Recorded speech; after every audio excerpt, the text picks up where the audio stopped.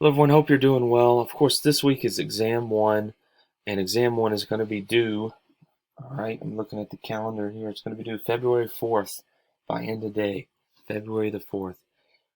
It's not a difficult exam. It consists of about 40 questions, total of 100 points, of course, and there's multiple choice, short answer, that type of stuff. So it's all material we learned in the textbook and in the lectures, so make sure you've reviewed the lectures and you read all the test material from regards to the chapters that were due, and then you'll be good to go. Another thing I want to remind you, in order to take the test, you have to download Lockdown Browser, and there's some great instructions that I'll open up here in a few seconds. But before we do that, we're going to do a final review. So we're going to do exam one review and go over a couple of terms that you need to know in order to be successful in this exam. So again, I talked about 40 questions. A lot of them are multiple choice, so that's helpful. Know about these terms. Utilitarianism. What is utilitarianism? And pronunciation is not good on that. I'll do it again. Utilitarianism. I always forget the N in there, so you shouldn't forget it now because I mispronounced it. Know what HIPAA is? What is HIPAA? All right. There's a couple of specific radiology questions in regards to checking things the doctor might have ordered and such. So there's some interesting questions and dynamics from that perspective from a radiology side of the house. So that's good. Know about AMA. What is AMA? Against medical advice. Know about rights-based ethics, duty-based ethics, and justice-based ethics. What is the difference between a civil and a criminal lawsuit? Civil and criminal. Know what the Joint Commission is and what it's supposed to do. What is a Joint Commission? How about the Doctrine of Informed Consent? What does that mean? Doctrine of Informed Consent. Know about the differences in government, so the judicial system, government agencies, the office of the president, stuff like that. What is the doctrine of respondeat superior? What does that stand for? Latin, of course. What is informed consent? About the standard of care. What is the standard of care? We talked a little bit about beneficence and justice, non-malfeasance, that type of stuff. Make sure you know those three terms. All right.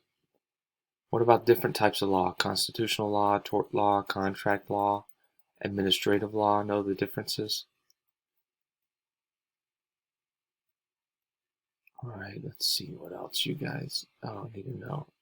Know the differences in branches: executive branch, judicial branch, legislative branch. What are the differences in those? If someone acts on behalf of you, what are they called? Durable power of attorney. What is that called? Talked a little bit about negligence, right? Know what negligence is? Know the difference between battery and assault. What is the difference between battery and assault?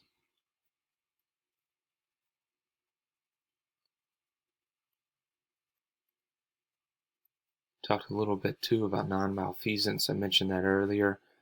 Again, know what that is. Know about a living will. What is a living will?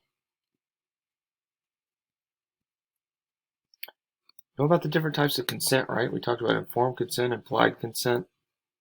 Know what those mean, what they stand for.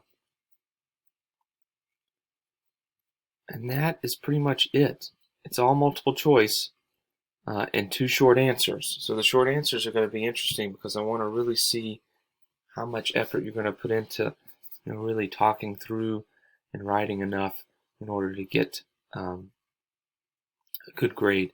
Now it says short answers, but really 3 to 5 sentences. So I might rework the term there. It's more like an essay, so 3 to 5 sentences regarding a question. So it's technically a short answer, but it's really, if you look at it from the perspective of the test, it's a short answer. All right, I'm going to hop over and talk a little bit about Lockdown Browser so you're aware of that. The requirements, of course, for exam one, some of the details you need to study, but this is the instructions for Lockdown Browser. And sorry it's a little cramped in here in regards to the instructions. It does that automatically in Blackboard, but you have to download Lockdown Browser, and you're not allowed to have another application open on your desktop at the same time. It is open book, so you can have the book open while you're taking the test, but you cannot search on Google for the answers. So that's an important quality about Lockdown Browser. It prevents that. So make sure it's downloaded, make sure you have it ready, and you will have information in the announcement page about the password. So there will be a password for Lockdown Browser. Of course, that is exam 1. Make sure you finish it on time. I don't want to take 10% off just for it being late. Again, if you have any questions, don't hesitate to reach out. I'm hopeful that this review is going to help you, and I look forward to awesome grades coming up. Thanks so much.